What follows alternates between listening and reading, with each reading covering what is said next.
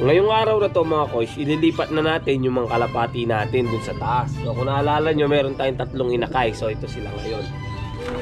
So ito yung unang papakilala ko sa inyo mga koys. Ito yung anak nung ano natin, John Harden natin. Yan, at saka yung Alphonse na kumpare natin. So may white flight siya. Ayan, no? May puti isa sa mga flights niya. Yung nga lang, kabila lang. Yung kabila mga koys is wala. Ayan. Pero magandang ibon. Yan, pinagmanahan niya yung nanay niya, Alphonse. So sakay na natin sa T-box para maayano na natin. Maiakyat na natin doon sa taas. So ayan yung una. Yung pangalawa, ito mga possible cock siguro to. Yung kanina di ko alam kung possible cock, pero hindi naman marako eh. Medyo ito natututo ng bumarako. So ito, ayan, anak to ng Aparipinisher natin. At saka yung Vandenbroek. So ito mga koys, gandang ibon. Ayan, ililipat na natin. Checkered din.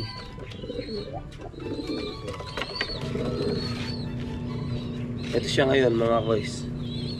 Ayan, so ang ganda. So parang mga ano, mga purple eye itong mga to. Halos checkered, nagmana dun sa tatay nila. So wala tayong nilabas na blue bar ngayon. So ngayon, akyat na natin to mga koys dun sa loob sa itaas yung bago para maturuan na din. At ito nga, diyan nga tayo aakyat mga koys. So wala pa tayong nagdanan. Sa lahat pala hindi nakakalam, dito tayo umaakyat pagka pumupunta tayo doon sa bagong goong loft natin. So akyat na natin tong 3 na to. So off cam muna tayo. At ito na nga mga koys, nasa itaas na tayo. So bago natin sila tuluyan ilipat, ay maglilinis muna tayo. So yung pala yung 2 ibon natin. So magiging 5 na sila dito. Ayan, may mga droppings pa para paglipat naman ng mga ibon natin medyo malinis to. So tara, linisin natin muna itong loft natin.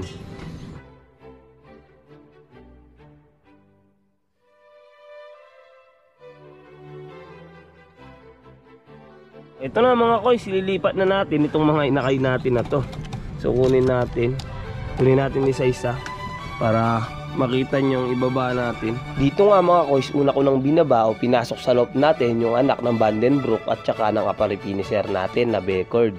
So ang ganda nito mga koys, possible cock. Sa pagpasok niya nga, agad siyang sinalubong nitong sila Tulato. So ito yung pa-welcome ng ibon natin. At ang sumunod naman ang anak ng John Harden at ng Alphonse. Grabe, napaka-exciting talagang maglipat ng mga inakay. Sana lahat to mabatcher natin kung loobin. Siyempre ang susunod ang nestmate nung kanina.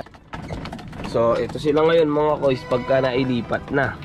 Ayan na yung mga ibon natin. So tatanga-tanga pa itong mga to. Tingin-tingin lang, tamang tingin o tamang nood lang sa mga kayang umakyat sa purchase. So yan ang unang galawan nila ngayon. Ayan nga oh. Yan, nagsasanay na tong isa, yung Alphonse John Harden natin na maglipad-lipad. So medyo ito yung first time nila na napakaluwag na loft na kanilang ano matitirahan. So tignan natin mga koys kung anong gagawin nitong mga ibon natin na to. So ayan sila ngayon. So dalawa yan, magkapatid yan, mula dun sa nandoon at saka itong nandito.